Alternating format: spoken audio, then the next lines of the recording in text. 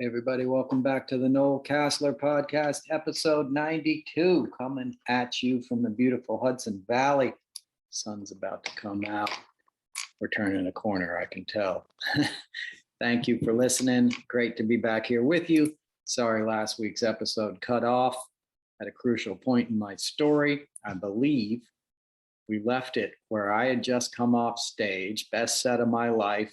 Jeff Ross included me in his comments when he went back on stage. He said I look like David Spade if somebody left him in the dryer too long. And then he walked up to me, gave me a big smile, big thumbs up, and he was like, "Good set, dude." And it felt so good inside, not from any hero worship of Jeff Ross, who I like, but just because I was explaining that moment was about a personal thing. It was about building self-esteem by doing esteemable acts. It wasn't about cash and prizes. I wasn't making any money. I wasn't going to get discovered.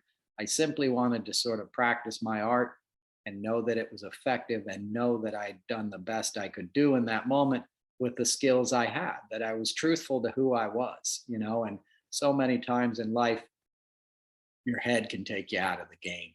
And you can fold the pressure and you can sort of, be your own worst enemy, especially in the arts. And when you learn how to get out of your own way and sort of trust the training that you have and trust there's a reason you're trying to do something, if in fact you're doing it for the right reasons.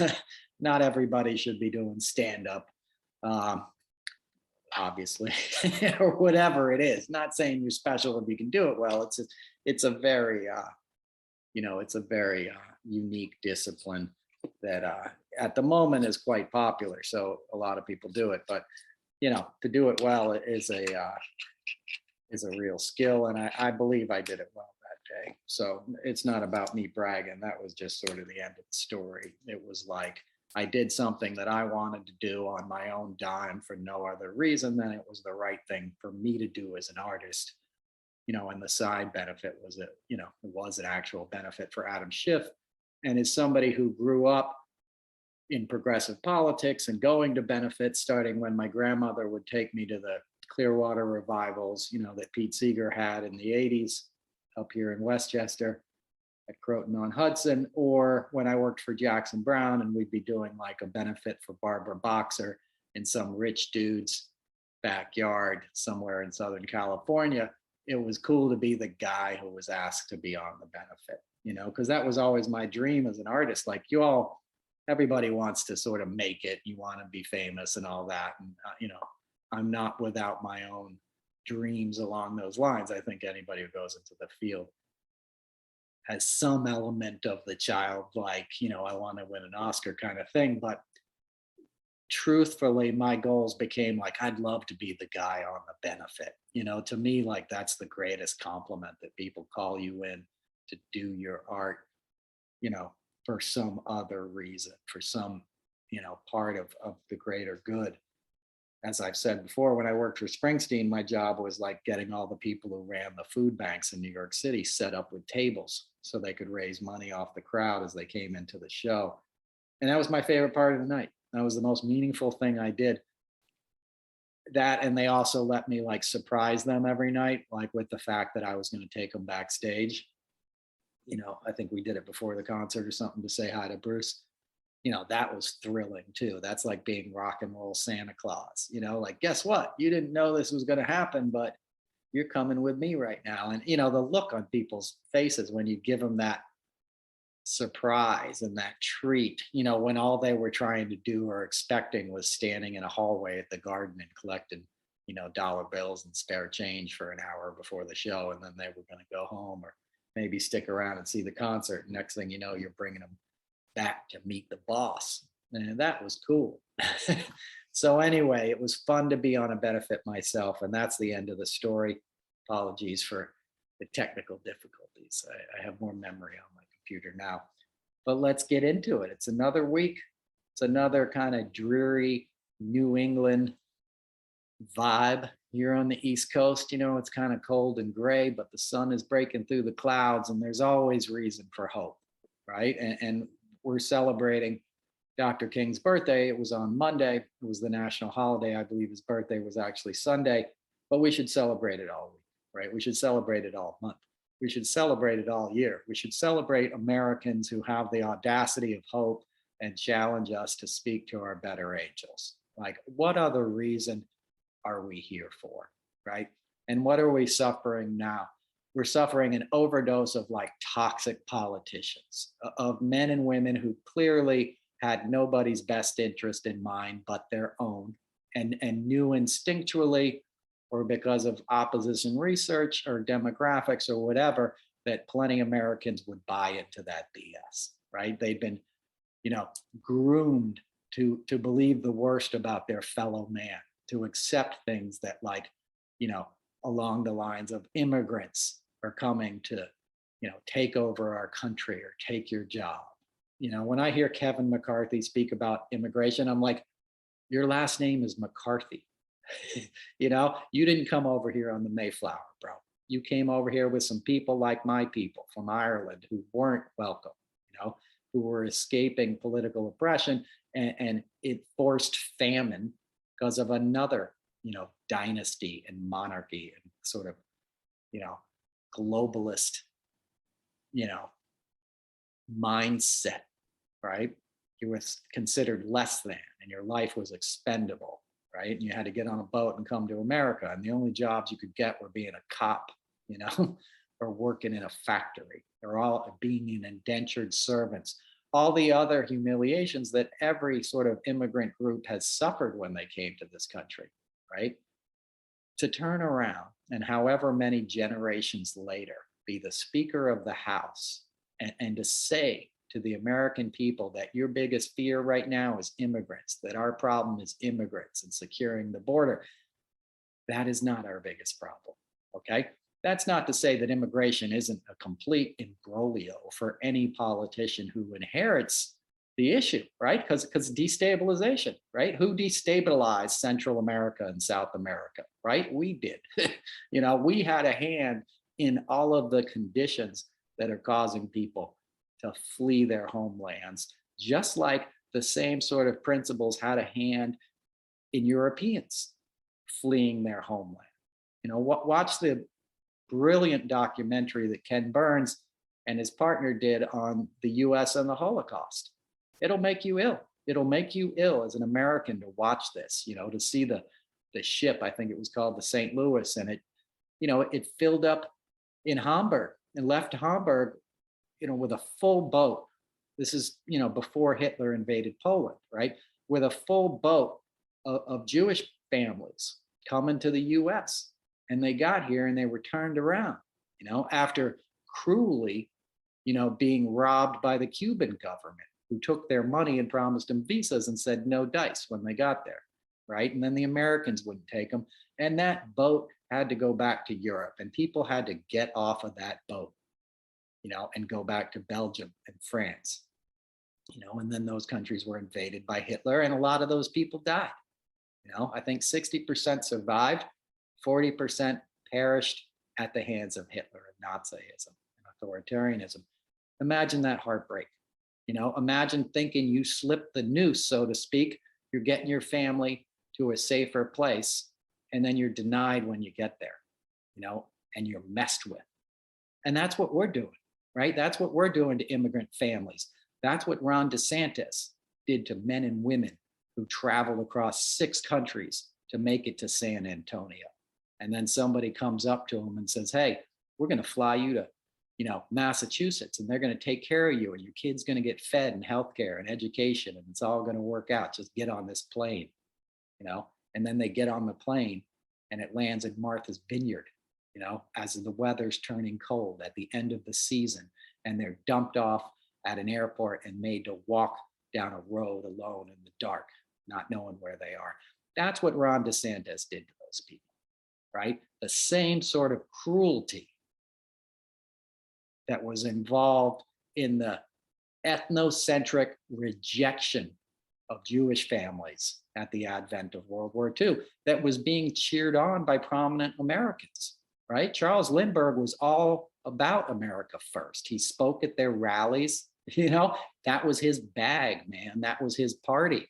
And he gave an address because he was in some ways the opposition voice, to FDR, to President Roosevelt, right? He was like the right-wing answer to Roosevelt and New Deal, social democrat liberalism policies that saved this country's ass after the Depression and after Herbert Hoover and the BS of a chicken in every pot that never worked out, right? And Woodrow Wilson might have been chicken in every pot, but you get my point, right? That same sort of, I'm a good, decent American, patriotic, brave pilot, Charles Lindbergh, right? Horrible anti-Semite, horrible racist. His speech is there that he gave in a radio address in the Burns documentary. And he talks about like, hey, let's not get involved. This is a battle between a couple countries, but it's about protecting the white race, right? And we don't want Jewish people here. A couple is good, but too many is a problem. That's basically a direct quote. That's insanity. And that same rhetoric is alive now in our country. They're using the same name, America First. Like, are you kidding me? That's insane. It's insane that the same branding exists, and it exists because it worked, because it was popular, because there's a dark side to an American and, any kind of personality, right? It's not exclusive to America. I speak about America because I'm an American, so I kind of stay in my lane, but we can see it happening in Italy. We can see it happening in Hungary. We see it happening in Russia, the way, Putin is a madman and he's running that country, but people go along with him. Not all of them. We saw the brave people who protested, but enough go along with his homophobia, with his racism, with the sort of Christian white nationalism, right? Which is essentially what's going on there in Europe. That's why CPAC, has Orban speaking and does rallies over there, because they know it's an effective tool to manipulate people. If you can equate their religion with their race, right? And some sort of dogma of supremacy, you can get people to do all kinds of things, as we saw in World War II. Perhaps the most recent and the largest example of that kind of evil in the world. And you would think something deep and heavy and scary and offensive to mankind, as the Holocaust and the horrors of World War II were, you think it would we would be done for at least a couple hundred years, right? You would think like that stuff isn't going to come up again in conversation for a long time because people are still alive who went through it. And here we are, 70, 80 years later, back in the same boat, with the same sort of ideas festering in our society. So to think of a Speaker of the House who put 19, 20 members, on committees that were part of an America First MAGA movement that denied the last democratic election in our country, that denied the results, that refused to certify Joe Biden as the president when anyone knew he won fair and square. They knew it was a lie that Trump was saying. Trump was just talking about his own ego and didn't want to be seen as a loser. He had no interest in continuing to be president. He just didn't want to go to jail. He hated being president, right? He didn't show up to work every day till noon and he lived upstairs. I talk about that all the time. Imagine that. Imagine getting the greatest job in the world if you really care about affecting change. There's no more powerful single position in the world. Most people who have that kind of job would be like, I cannot wait to get up in the morning. I can't wait to hit the office and see how I can help. And that was never Trump's instinct from the beginning. It was just about how can I stuff my pockets? How can I make my idiot kids richer? How can I get people to go to my golf resorts? That was all he talked about. Somebody, I think it was Jeff Ross actually, somebody went to Mar-a-Lago right after he became president. I believe it was Jeff Ross, and happened to be there for an event or something like that.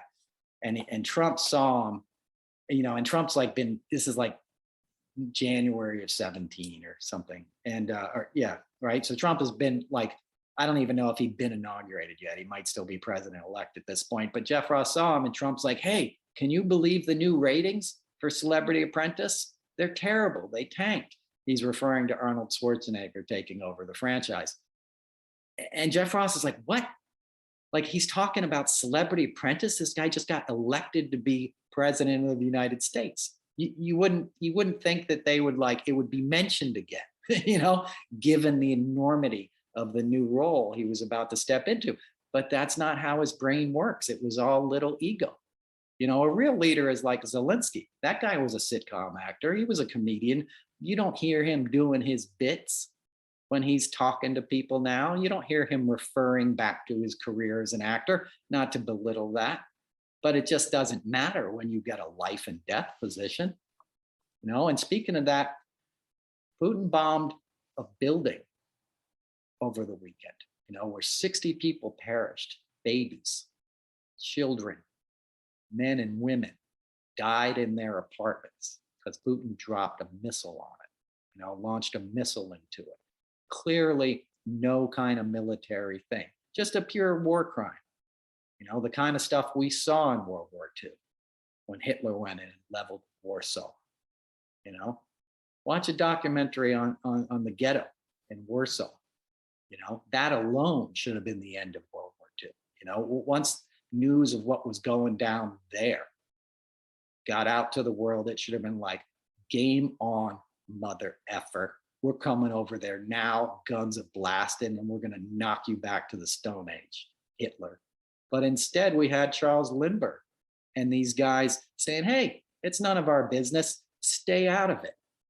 And that's what the GOP is saying today to Ukraine, and now they're in control. You have Marjorie Taylor Greene, Paul Gosar, Lauren Boebert, and people like that on the Oversight Committee, on the Homeland Security Committee.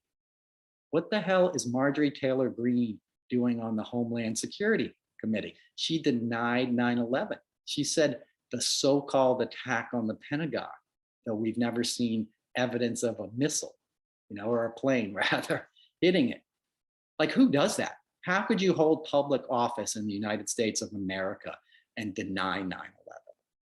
But there it is. And now she has oversight over Congress. She has an input into Homeland Security. Somebody who was giving away a 50 caliber sniper rifle, as part of a contest in her last campaign. And she's somebody who ran unopposed thanks to QAnon the first time in her North Georgia seat. She moved into somebody else's district, a Democrat who'd been chased out of that district in the middle of the night by QAnon. And that's a story that hasn't been properly chased down or reported. There's so many stories that don't get reported, and we can't keep up. We can't catch our breath, and that's part of the design. That's part of the reason you have George Santos and these kind of chaos agents. Most people would view that as a liability, right? And Kevin is cynical and venal enough to allow the man to be seated. But truth be told, he's great for them because he provides color, right? He provides distraction. I don't mean color in an ethnic sense. I mean, he's a flashy, grotesque, can you believe this is happening? Headline grabber. And they know this stuff is going to trickle out little by little, and it'll eat up the narrative because it's irresistible. It is a soap opera. I'm not saying don't enjoy watching it. I'm saying think of the strategy behind it. It's a win-win. If he eventually has to leave Congress, he helped Kevin McCarthy get the speakership. He gets seated. They're putting him on the Small Business Committee, which is especially ironic since he, ripped people off, started a dog charity, and kept the money, to the point that a veteran lost his dog because George Santos stole $3,000 from him. And small business is very important right now. There's been 10 million new small business applications since Biden became president. That's a record. And that's what we need in this country. We need small businesses. We need to get back to sort of boutique building. My philosophy in this country, especially when I drive around New England, Massachusetts and stuff, we've all seen it. There's so many towns with these great old buildings, old mills and old factories, that have been shuttered. The Northeast is full of them. Pennsylvania, you get into Ohio, every state has them. Think of all the cool things you could build, like bicycles and guitars, instruments, furniture, all the stuff that America led the world in craftsmanship. Why? Because we had people from all over the world. Everything that people sell as some great American invention is because there was so many people in America with such a diverse skill set that we were able to kick out kick-ass stuff on the regular, because it was everybody working together. It wasn't just the Germans and the Swiss and, the Dutch and all these other people that traditionally make great stuff. We had them all here, and that's an asset. That's what we need to get back to in America, really high-end goods that are meant to last. That's my philosophy, especially when you look at fast fashion and all the crap that's being made, in China and Southeast Asia. Not to diss on them, I'm just saying, like Uniqlo and all these labels that we all wear and buy, stuff's made not to last. It's made to fall apart. It's made to conveniently buy with a click, have it shipped to your house, and then you want to, get rid of it. And you feel better by giving it to, Salvation Army or something, which is a cool thing to do, but they all have enough stuff. And truth be told, this stuff now all ends up in Africa, and they're drowning in it in certain countries. There's just too much of this crap because we're just making too much stuff and it doesn't leave the planet. That one of the problems we have on this planet now is not people walking around naked for lack of clothes. Okay, I promise you that. That's not to say don't donate your gently used clothing, but we got too much of it. We don't need these giant big box stores making all this stuff, because it's not built to last. You need things that are built to last, or high quality things that you're meant to take care of, and not everybody can afford that. I'm not saying everything should be, out of the route. I'm wearing a nice cashmere, Todd Snyder hoodie right now. It's a luxury item. This is an expensive thing. I take care of it. I'll take it off when I finish doing this show. I put it back in a garment bag and put it in my closet, and I wear it on special occasions. The rest of the time I wear my t-shirt and my sweats and my hoodies. You take care of things. That was the America we grew up in. Or some of us did. There wasn't a ton of big box stores when I was a kid. You go to Bloomingdale's and you go to fancy places and you get a nice outfit at Brooks Brothers, and it was meant to last and you kept it. And that attitude is a wonderful thing, right? Because we make so many cool things. You always hear me, opening up the show, playing an instrument. I talk about Martin Guitar Factory. That's Nazareth, PA. That factory has been there since the 19th century, making the best acoustic guitars in the world. And there's a couple dozen other manufacturers that make them sort of just as good, but that's the main one. And it's a factory in Pennsylvania that is, employed generations of Pennsylvanians making a high quality product that isn't cheap. You're not going to just go buy one for $300 in a guitar center, and it's not going to be your first guitar, but it could be your last guitar because it'll last a lifetime if you take care of it. It's an investment. And that's the kind of manufacturing we need in this country. We need a generational investment, saying we're going to make something that's so good, people are going to want it all over the world, and we're not going to cash in and mass produce it so our board can become, billionaires and we can go public on Wall Street. We're going to keep it small, keep it boutique, man. That's the way to build stuff. That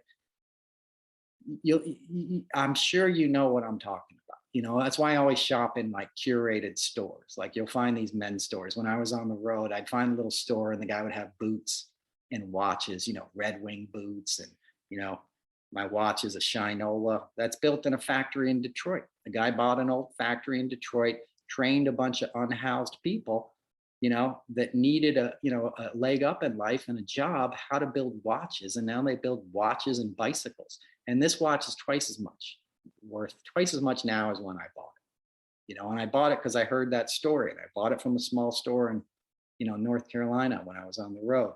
My point is, that's a success story. That's an American success story that's revitalizing, a town like Detroit, a city like Detroit that was left behind when the economic policies of the Reagan era first took hold, right? We were getting our asses kicked by auto manufacturers, primarily in Japan at the time. Our quality suffered, right? Because people were trying to cut corners, not the workers, but the guys who owned the company. It became about the bottom line and squeezing out profits, so they started manufacturing stuff cheaper and cutting corners to please shareholders, not their customers. And that's always a recipe for disaster. It makes things cheaper. It makes certain people richer, but the rest of us suffer. And the worst part of that is we end up with a lot of junk on the planet. The car I have is Volvo, right? We got it 2014 or something, take care of it. It's basically built to last. And it's not an American car, so, but my point is, it's built to last. Find something that's built to last. Find policies that are built to last. And that's why I like Biden, right? Because he's not doing the flashy, exciting rhetoric. He's got his nose to the grindstone. They're making solid ground economically. The jobs numbers out Friday are great. Inflation is down to 6.5%. We are doing well by all these indicators, right? The other side is addicted to chaos and headlines and stuff for Sean Hannity to spew at night. Unfortunately, they just got a big bonus in the documents that were discovered in Biden's house in Delaware. I think I talked about the Biden Penn Center, and that was the original story as we left it. Now it's obviously become much bigger. Merrick Garland has seen the need to, appoint a special prosecutor just to show there's no sort of special favoritism here, right? And I don't need to insult you with an explanation of the difference between Trump and Biden in this situation. Trump defied subpoenas. He had his lawyers lie on his behalf. He hid and obfuscated for about a year and a half when National Archives was going down there trying to get the documents back. He was like, we don't have them.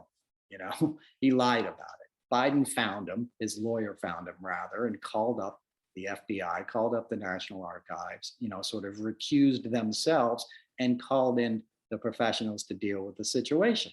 And then allowed, not that he has a choice in the matter, he's not allowing the DOJ, but he didn't object to an attorney general following the letter of the law, because he's a good dude. And I don't really believe he has anything to hide. And I don't think anybody does. I don't think anybody in the GOP who's going to be talking about this breathlessly for the next 2 years is going to really think, that Joe Biden, that President Biden had any nefarious intent with these documents. You can't say the same thing for Trump. You just can't. Trump was taking classified documents that dealt with, Israeli secrets, that dealt with nuclear energy, one of our most closely guarded things because it has the most value. As I talked about before, it costs a lot of money to develop nuclear technology, not just in terms of weaponry, but energy. Those secrets are worth a lot of money. And Trump knows that. He would have walked into the White House on day one and said, what can I put in my pocket? What can I pilfer? Bring in Jared and Ivanka. Let them help me do this. It was all about a scam, as I said at the top of the show. It wasn't about helping people. And I think that's the fundamental difference between the two men. And there's also the difference of Biden has been in the Senate, was in the Senate the year after I was born. I was born in 1971, or 2 years, 73 is when he was seated, in the US Senate. The guy spent his whole life, 50 years, serving this country selflessly. He got rich along the way, as he should, not grotesquely wealthy, but he's got a beach house and he's got a nice home and he's able to, provide for his family, which is trouble, like any family, right? He's got addiction, He's got all kinds of trauma in his family, just like the rest of us. And he's honest and open about it. And that's constantly exploited by the right. People forget this, but they stole his daughter's recovery journal. His daughter, everyone knows about Hunter Biden and his troubles with addiction. He has a daughter who suffered from addiction too. And she was in rehab when the pandemic hit and living in like a, kind of a halfway house rented room situation in Florida, near kind of Daytona Beach, that part of Florida, near Cape Canaveral. And she moved out of this place and left like a backpack behind in the closet. And one of the roommates found her diary in there, which is just like when you're getting sober, you're writing everything down because you have all these emotions and all this crap that's coming out. You want to get it down on paper so you can take a look at it, and share it with somebody else, like a sponsor or somebody. You're trying to unpack all this junk that's inside of you so you can start to build self-esteem and some clear-sightedness again and understand what's sort of motivating you. The drinking is a symptom, or the drug use is generally a symptom. You're trying to cover up something deeper, and you want to know what is motivating you. You want to. They talk about doing a moral inventory. I wrote about this week in my Substack thing. You're doing that to make amends, to own your part in things. It's not about what the other guy did. You're trying to keep your own side of the street clean so you can hold your head up high and say, yeah, I made some mistakes, but I owned them. I made restitution. And now, that's who I was. That's not who I am anymore. I've let my actions carry out the difference, and I have just as much a right to happiness as anybody else, right? So his daughter's recovery journal was stolen. The guy who found it, some Florida man, roommate dude, sold it to Project Veritas. They went and shopped it around to GOP folks, and it ended up in September of 2020 at a fundraiser in Cape Canaveral that Don Jr. was at, and they passed around this diary. Now, I just learned in some reporting last week that George Santos, when he was at Harbor Wealth Investments, which was a Ponzi scheme he was working at in Florida. He was the New York chapter, but he was working with these guys in Florida. Those dudes were big fundraisers to the GOP and had attended the same fundraiser, right? That its Biden diary was at. It's a weird coincidence, but it's too much of a coincidence to be a coincidence, if you follow me. That same dark money fueled chaos agents will do anything to get power, because once we grab it, they can't take it away from us. That same methodology is how you got a George Santos, is how you would get a Republican Party that would talk about Hunter Biden for the last 3 years like they have, even though Hunter Biden is not an elected official. He's a private citizen who is troubled, whose father happens to be famous. Don Jr. is every bit as addicted to cocaine as Hunter Biden ever was on his worst day. Don Jr. is doing it every night, coke-fueled rants on Instagram or Facebook or whatever the hell it is. And nobody calls him out. Nobody's talking about any of that. Nobody talks about Trump's addiction still in the mainstream media. I was the only guy out there, railing on that. And I've told you 1,000 times, it wasn't because ooh, he's snorting his Adderall. It was because of the stuff underneath it, right? The stuff he was trying to cover up, the addictive personality, the guy so full of character defects and resentment and isms, the kind of poison that you don't want somebody stepping into a position of power holding, right? Think of the metaphor. Think like you're getting on a plane or a boat or something. And when I went across to England on the Queen Mary with Crosby, Stills and Nash, the Queen Mary 2, this big passenger liner, super luxurious thing. And we left from Red Hook, Brooklyn to go to Suffolk or Southampton, England. And when we got on, we were going to play. We played 3 concerts on the boat. The band did. I was the road manager. But they had to weigh everything, right? And there's a lot of gear when you're going to do a tour, because we were touring Europe for 6 weeks after we landed or, pulled into port. So they're measuring everything, and you have what's known as a Kearney you know, it's a list of all the gear you're bringing. And we had to weigh everything within an ounce because you didn't want extra stuff you didn't need. You don't want extra weight on that boat, right? Or that plane. Anybody who's taking a small plane craft, you know, they want to know how much your bag weighs before they put it on there. You don't want extra baggage because it makes the flight more dangerous if you hit turbulence, or the boat less stable if you hit big waves, right? So think of our leaders the same way. You don't want men with a whole bunch of resentments and baggage and anger. You want guys who are pretty much good at getting out of their own way and getting to the job at hand, right? That's what Barack Obama, President Obama, and Michelle Obama's birthday was Monday, shout out, but, or Tuesday. But you want that kind of person. I remember the first time I saw Barack Obama, you know, it was at the inauguration and the days before this big concert we did.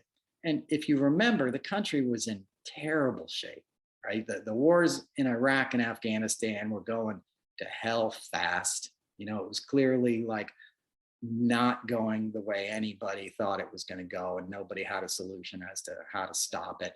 You had our economy in the, not just the doldrums, we had the Great Recession upon us, you know, October, September, you had Lehman Brothers closing, you know, you had the whole, like, you know, all these underwater mortgages, you know, that were sold by unscrupulous, you know, lenders in places like Florida, places like Harbor Capital, Ponzi schemes, essentially, where people were selling, you know, giving people loans they had no business getting, you know, to make a quick buck, and then destroying people's lives and whole communities.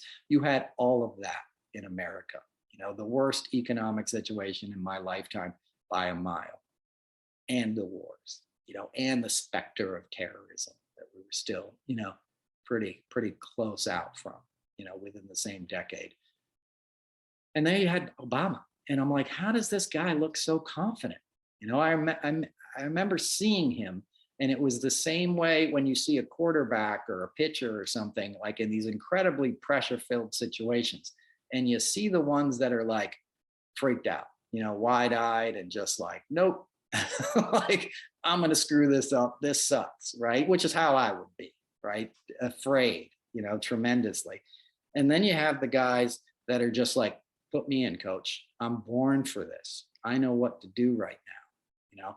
And that's who Obama was, man. That I saw that, almost want to say cockiness, you know, but with an empathy. It wasn't his ego, but he was just like, this is what I do. You know, this is what I'm here for. He was clearly a man who embraced that moment and was like up to the challenge. And I was just like, more power to him. You know, this guy wants to step in and do that right now, you know, let him do it. And look what he did, you know, and look who his vice president was, who 8 years later inherits an even more catastrophic version of the United States than the one that President Obama stepped into. Right? Because now we're coming out of a global pandemic that not only hurt the economy, it shut down the world economy essentially for a matter of months, things that are unheard of in our lifetime. We had over 1 million Americans, you know, perishing from a disease. We had one party exploit science to their own political benefit to the point they got people not willing to take a vaccine, not willing to wear a mask to protect fellow Americans on airplanes and in shopping markets and stuff, which is in and of itself a war crime, in my opinion. You know, if you don't do all you can to protect somebody you've never met, then you're an asshole, okay? Because one of the benefits to being alive is protecting other beings that you may never meet, right? You ever pick a rock out of the road so the next guy doesn't roll over it? You know, as a cyclist, I do that all the time. You know, I'll see something on the, you know, in Central Park when I'm riding my bike around that, you know, I'm able to see that somebody else isn't going to see, you know, and they're going to get a flat tire or crash or something. You do that just because it's the right thing to do. Wearing masks was the same thing, right? You wanted people to do it because it was what you do. You protect people, even if you're never going to meet them, even if you're never going to get anything out of them. You do it to be a decent human being. And we've lost that sense of decency because the opposite of decent, you know, is devious. And the deviousness has been rewarded in one of the political parties. So the people without morality that are only looking for themselves to further their own interests, the Marjorie Taylor Greens, the Lauren Boeberts, the people, the Paul Gossers, I don't want to just mention women, Matt Gaetz, these scumbags who have nothing to offer. They're just clearly there to be chaos agents. Jim Jordan, a guy who wouldn't protect his own students who were being molested by their coach, and he knew about it and just looked the other way because he wanted his career to be on an upward trajectory, and then gets to Congress and never authors any legislation, just sits there like a gadfly in the well of the House, hectoring people that are actually trying to do a good job and save lives, most notably Dr. Fauci, a man they demonized, right? And they're still demonizing, and they're probably going to try to investigate and impeach, even though he's left public service. That's insanity. That's like somebody trying to saw through the fire hose when your house is on fire, because they don't want you putting out the fire. They want to watch their neighbor's house burn down, right? Because then they want to go in and get the land and put a pool there. That's your metaphor for the GOP. That's what they're doing. They're trying to enrich the few and letting communities burn and suffer. That's it in a nutshell. You don't want that, which is why decency and morality should almost be the first thing we look for in leaders. And I don't mean a prudish morality. I'm certainly not talking about some kind of theocratic bullshit. I'm talking about decent, good, hardworking people. That's how you judge a man. And that's how you judge these scandals. And if you judge these two men for, the same thing as it's written down on a page, right? Classified documents after they left office, special prosecutor appointed, right? The stats are matching up. So you can't just say one guy did it, the other guy didn't at this point. We have to look at the subtleties and the gray areas. We have to look at intent as the law does. If somebody runs down, I'm borrowing this analogy from, I think, Joyce Vance. Somebody runs down another person with their car on purpose, that person committed a murder. Somebody else is driving, and hits a pedestrian they don't see by accident. That's an accident. If you were negligent or something, there may be charges, but you see what I'm saying? Intent is important when you're looking at the law. And it's certainly important when you're looking at politics. And I think that's what we're going to have to get to in this case. That's what we're going to have to sort of keep at the front of our minds. What are these people trying to accomplish? You look at Clinton, he kind of kept his nose to the grindstone when all that insanity was going down and still did a great job as president. I'm not excusing his actions, but he was like, we're not going to let this drag down my administration. I'm going to continue to do the job people sent me here to do, which is what you want. And I believe Biden's going to do the same sort of approach, though he'll be forthcoming and appoint a spokesman to talk about this so it doesn't consume his administration.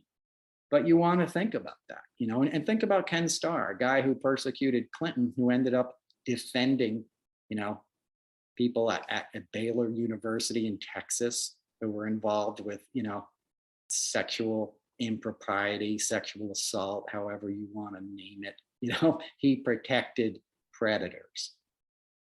Later in his career, he became a pro-MAGA guy. So there was no morality when he was going after Clinton. He was just doing the work of that sort of slimy side of DC, the Heritage Foundation, dark money, CPAC kind of BS, right? We learned Matt Schlapp. I don't know if you guys know who that is.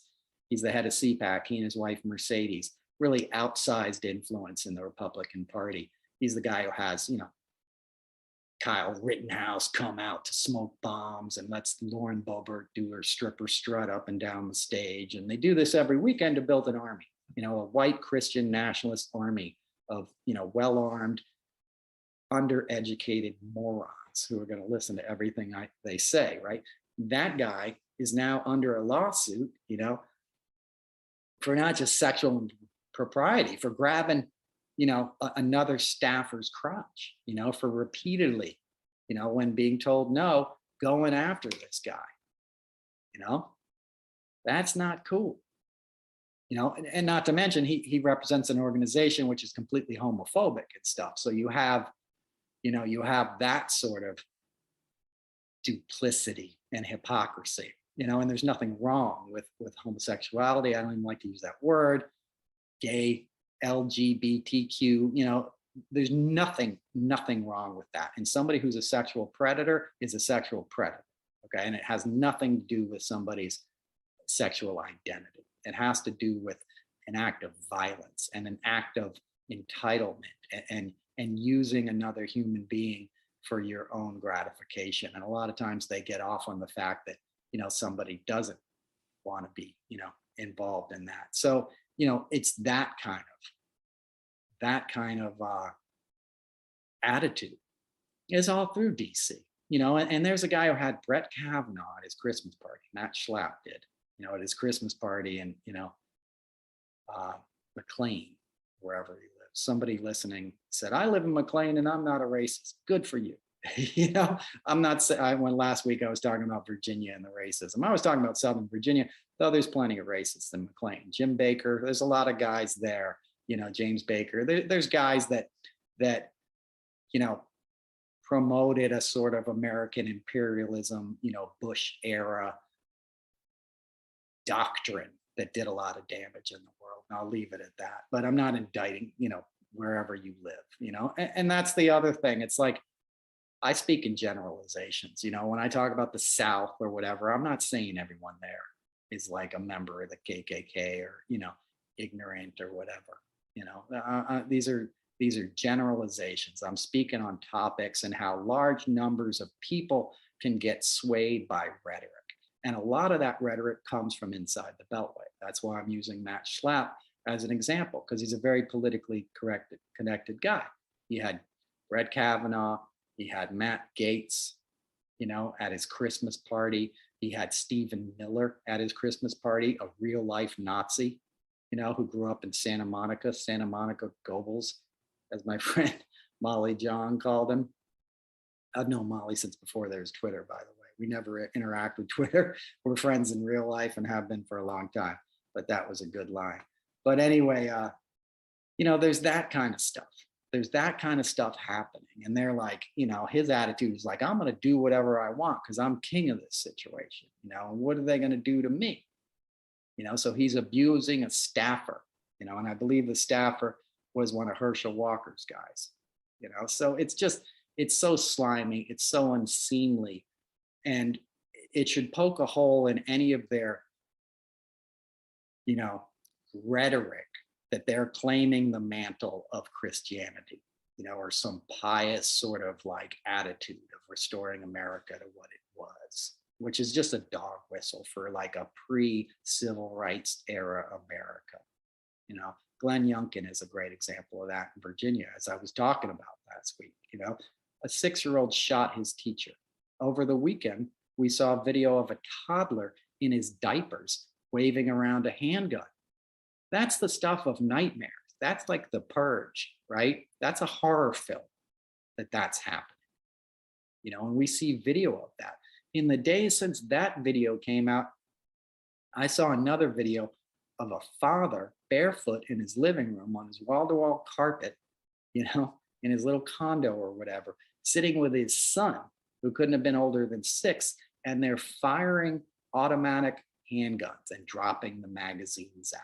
And he's giving them orders, fire, eject, whatever the hell you do. I'm not a gun guy. But, he's going through these motions, training his son to be a shooter. Who knows how that son is going to turn out, right? But he's got, weapon skills now. That's different than learning how to plink a beer can or some kind of thing that we used to do in America.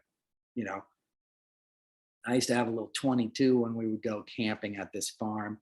My mom's friend, had it. I was taught some gun safety, and I would do target practice shooting at beer cans and stuff. I never really enjoyed it. It wasn't my thing, right? But I'm not saying like kids can't be exposed to guns in a supervised environment, right? In Boy Scouts, we would do that, marksmanship and stuff.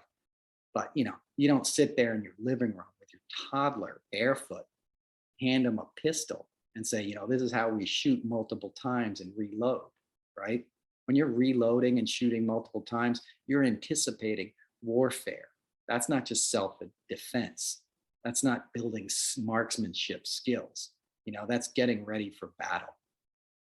And don't think it can't happen here, right? Don't think that children can't be like pressed into that sort of service. We've seen that happen in foreign lands. The warlords would grab kids and brainwash them and make them be soldiers. It's horrific. I met one of those kids at the UN. I did an event at the UN in June some years ago, and I met this kid. I'd read his book.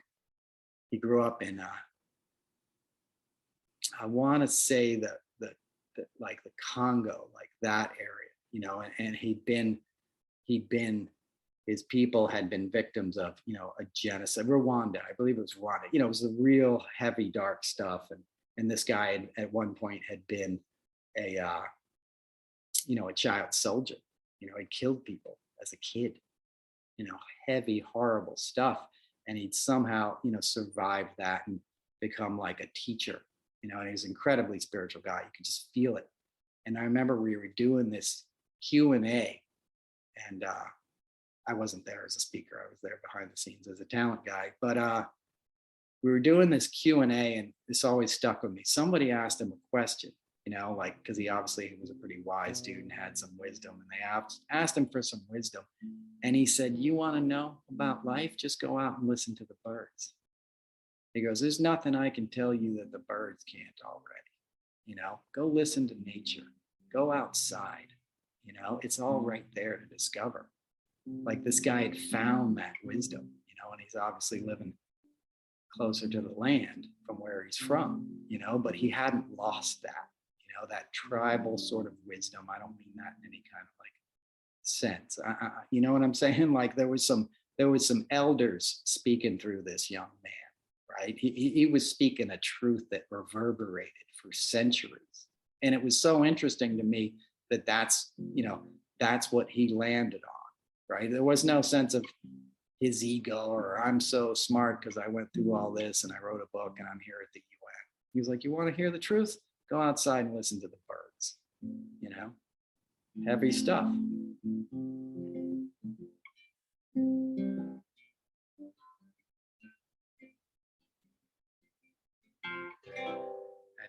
Guitar again. It's getting sunny in here and you can't let these things get too hot. But anyway, I should probably wrap it up, right? I've been talking your ear off for a while now. I know these things are starting to get pretty long, and I appreciate you guys sticking with me. I'll try to make them a little briefer. Brevity has never been my strong suit, but I only do this when I feel like I have something to say. I was on my buddy Pete Dominic's show. He's got a daily like news podcast show. He's a great comedian, and he was telling me about my podcast, or that he listened to it, and he was wondering how I could talk so long. And I said, it's only if I feel like there's some truth that I need to tell coming out. And I'm not doing this to preach at you guys. It's just I can tell when I'm phoning it in and when it's the real thing. And if I'm phoning it in, you're not going to hear it. The real thing is going to be like this. I'm going to make mistakes. But I tried yesterday for an hour and a half to do a podcast. I mean, filled up my hard drive with attempts. Sometimes I get a half an hour into it, and I just knew it was BS. So I stopped it, and I won't subject you to it, because there is no real point to what I'm saying other than you need to love each other, right? Love always wins. Empathy is what we want to strive for in life. We want to accept everybody and help them be the best versions of their self that they can be. And in my life, I've learned those examples from experience and from culture and from arts. And that doesn't mean I was, instantly imbued with those things. It just meant I had soft eyes. You know that term, soft eyes?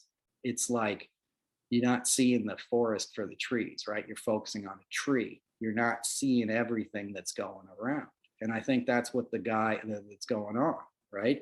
You want to like relaxed vision, that includes peripheral things, that includes shadows, the interplay of dark and light. You want those soft eyes to help you see the truth. I was sitting in the bath today. Pete started talking to me about like what my process was in the morning, and he's praying and meditating and writing out morning pages, which I do. But I said, I take a bath. Like if ever I have to perform, I take a long hot bath, man. That's my jam. I learned it on the road. He thought it was hilarious and somewhat unmasculine. I told him I learned it from roadies. Roadies will take a bath. If you give a roadie a day off in a hotel and it doesn't have a bathtub, God help you if you're the tour manager, because you're going to hear about it at the next gig. Dudes want to soak because it gets the stress out of your bones, and that's what I do. And I was laying in the bath today, and I'm lucky enough to have a little window above my bathtub, and there's a huge spruce tree that's maybe 150 feet tall. It's the size of a Rockefeller, tree lighting tree. It's more beautiful. And I used to work on that gig for a long time, but you're not getting my tree. But anyway, it's this gorgeous tree. And I was watching the sunlight. I couldn't see the tree directly, but I was watching the sunlight come through the tree, right? And all the pine needles and pine cones that hang down from it. And the way that sort of interplayed with the shadows on my bathroom wall and the sunlight coming in through the window, And I was like, if that's all I have, that's enough, right? There's something there that shows me there's something beyond this. There's something to watch. It's like a painting, or it's like music. Nature is like music. If you were in a prison cell, God forbid, and you had access to a window, you'd still be able to know that there was a sunset going down somewhere, just by the color of the light that came through, in that most constrictive of circumstances, right? You could still find freedom. You could still connect to something larger than yourself. And that's a good way to think about life, in my opinion. That's a good way to live our lives. Like there's always a moment to connect to something deeper and more truthful within yourself. And often that comes with simply being present, just understanding where your feet are in any given moment. When I get super overwhelmed, as I do all the time, every day, I got to bring it back to basics. I got to breathe. I got to try to feel my feet. I always start with my big toes. Like, what are my toes doing? Like really being present in them, inhabiting yourself, as I always say, be in your meat. That's my personal little mantra that I tell myself, not beat your meat, be in your meat. That's what I say when I'm in the shower. When I'm in the shower, I want to be in the shower, right? When I'm in the bath, I want to be in the bath, right? I don't want to be at the dry cleaners later that day. I don't want to be in my boss's office. I don't want to be in the traffic. All those things that I'm going to be in anyway, but I'm going to have a better time dealing with if I'm present when I'm in them. And the only way to get there is through the now, is through being present right now, and knowing where I'm coming from, grounding yourself. There's a million different ways to describe it. There's 1,000 arrows pointing towards the truth, right? You have to find your own way. Don't listen to anybody else's dogma too closely. Use it as suggestions, but all the mystics will tell you, like in the end, it's down to finding your own truth. My guy Jackson used to say, next voice you hear will be your own, right? Next voice you hear will be your own. That's what you're searching for, because there's something in everybody that needs to be said. There's a story that needs to be told. There's a smile that needs to be flashed. There's a reason we are all here. The universe has meaning. My life and your life have purpose, as Carlos Santana said to me, when I walked up to him, and told him I was impressed with something I'd heard him say in a movie or a documentary. He goes, "Oh, you want to hear the meaning of life? I'll tell you. Look into my eyes. The universe has meaning. My life and your life have purpose." That's good news. If you wake up today and you're alive, you have an opportunity to make a difference in somebody's life, even if it's your own. What better gift than healing your own life, than understanding you have a purpose, that you are loved, even if it feels like nobody loves you and nothing goes your way and everybody else has more than you, which is how many of us feel. And that's only gotten worse since social media and the internet, but it's an illusion. It's not true. You already have enough, you know, all the thinking, all the buying of stuff, all that kind of stuff you can accumulate in a lifetime. You can't bring any of that with you the instant you leave this place, right? It's all over in a second for everybody, you know, sooner or later, right? What does live on is the love that we create while we're here, the people we help, you know, the things that we honor. And that doesn't have to be another person. That can be an animal. That can be a plant. That can be a picture. That can be a song. Find something you like and love it, you know, and start with yourself. You know, make that first thing you fall in love with yourself and fall in love with yourself again. You know, I love you and I'm glad you listened to me today. I sound like, you know, what's his name? Mr. Rogers or something. We need Mr. Rogers, right? We need those kind of guys. You know, we need the holistic helping hands of anybody on deck because we're all in this maelstrom of insanity and political unrest and just the lowest common denominator rhetoric over and over again. And tuning out is not an option because there's real things at stake beyond democracy. Democracy is where you fight the fight for climate change, right? Because you don't have a shot at doing anything if Republicans get back in control of the presidency. You know, right now they have the House and not the Senate. So right now, strategically, we're still in a good position. Don't get sidelined by the hype, you know, listen to all the good people that are doing good work out there. Artists, poets, you know, preachers, politicians, you know, scientists, activists, children, you know. The best news on all of this is a lot of the younger generation isn't buying the BS, you know. So that's only going to become more apparent. The sun's coming out, as you can see. It's a beautiful day. Thank you for listening. I really appreciate it. Check out my Substack. Check out noelcasler.com. I'll start sending some more t-shirts out soon. I appreciate all you guys. I'm going to let you go now. That was episode 92 of the Noel Casler podcast. I love you. Peace.